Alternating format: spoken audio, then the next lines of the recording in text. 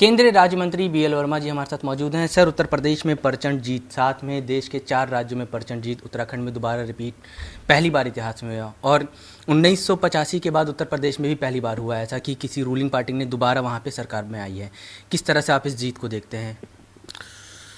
देखिए, माननीय प्रधानमंत्री मोदी जी के नेतृत्व में हम 4 राज्यों में सरकार बनाए हैं। और जहाँ तक उत्तर प्रदेश की मैं बात करूँ तो 37 वर्षों के बाद ये अब ऐसा होने जा रहा है कि हम सरकार को रिपीट कर रहे हैं।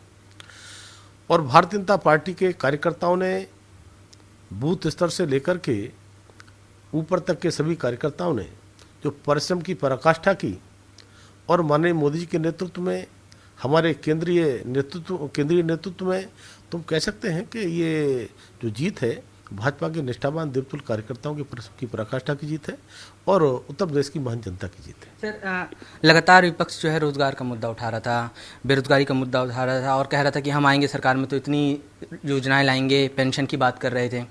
आपको क्या लगता है कि आप लोगों की तरफ से जिस तरह से सुशासन की बात की गई, कानून व्यवस्था की बात की गई, उसके ऊपर वोट पड़ा या इसके पीछे और भी कोई राज है?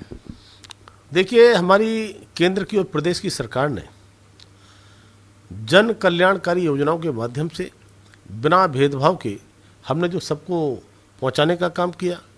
और इस कोरोना काल में भी माननीय प्रधानमंत्री के नेतृत्व में एक भी गरीब का घर का चूल्हा ऐसा न जले, ये होने नहीं दिया।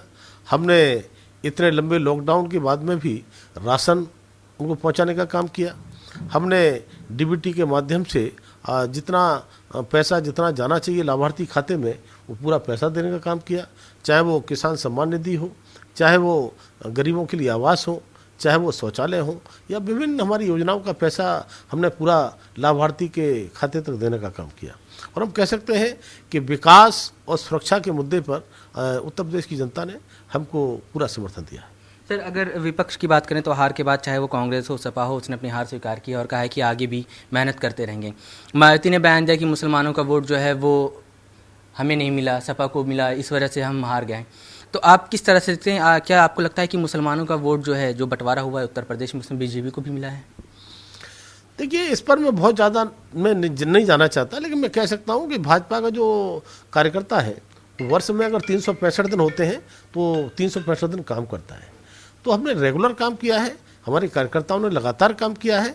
ये जितनी भी पार्टियां हैं जो चुनाव आते हैं उस समय निकल कर आते हैं, जैसे मैं कह सकता हूँ कि गांव में कहावत कहते हैं बरसाती मेढक, तो बाकी अपना ये चुनाव हार गए, ये चले जाएंगे और 2000 का चुनाव फिर आएगा, फिर जाके रागल अपना चालू कर देंगे। इसलिए माननीय प्रधानमंत्री मोदी जी के नेतृत्व में भारतीय जनता पार्टी लगातार आगे बढ़ रही है और आगे बढ़ेगी। ये हमारा विजय अभियान 14, 17, 19, 22 जो शुरू हुआ है, ये लगातार आगे तक ऐसा ही जारी रहेगा। सर, एक चीज़ उत्तर प्रदेश में देखने को मिली कि प्रचंड जीत तो मिली है लेकिन 10 मंत्री जो हैं वो हार गए, इसमें कई कैबिनेट मंत्री। तो इसको आप किस तरह से देखते हैं? देखिए, इतने बड़े चुनाव में कहीं अगर कुछ हारे हैं मंत्री, उनकी समीक्षा होगी। और भारतीय जनता पार्टी लोकतांत्रिक पार्टी है और हम हार की भी समीक्षा करते हैं और हम अगर जीते हैं तो जीतने की समीक्षा करते हैं। जिन कार्यकर्ताओं ने बहुत अच्छा काम किया है उसके लिए समय आने पर उनको कैसे शाबाशी दें, उनको कैसे इनाम दें। और हार की समीक्षा जहाँ कहीं कोई गलतियाँ हुई हैं वह करेंगे, वही कार्यकर्ताओं ने गलती की होगी वही पार्टी हमारी देखेगी। सर, कांग्रेस का G23 ग्रुप जो है वो फिर से एक्टिव हो गया है। कल रात उन लोग की बैठक हुई और कहा है कि हार की समीक्षा करेंगे और जवाबदेही तय करेंगे। आप किस तरह से देखते हैं कांग्रेस के अंतर कलह को? अब देखिए, कांग्रेस कहती थी कि प्रियंका वाड्रा हमारी तरफ की इक्का तरफ है, क्या बोलते हैं, ये कहती थी, ठीक है। तो उन्होंने कहा कि क्या क्या नारे दिए, सारे नारे फ्लॉप हो गए। बोले 400 हम लड़ रहे हैं, हमने तो कहा था 400 लड़ रहे हैं, 4 नहीं जीतेंगे, तो 4 नहीं जीतेंगे। हाँ, तो ये नारे खाली दे सकते हैं, धरातल पर कुछ नहीं है। इसलिए चाहे वो सपा हो, बसपा हो, कांग्रेस हो या लोकदल हो, ये सारे के सारे हारने के बाद में ये घर बैठने वाले हैं, कोई समीक्षा करने वाला नहीं है। चलिए, हमसे बात करने के लिए शुक्रिया। कैमरा पर्सन रोहित के साथ अवैध उस्मानी, भारत समाचार दिल्ली।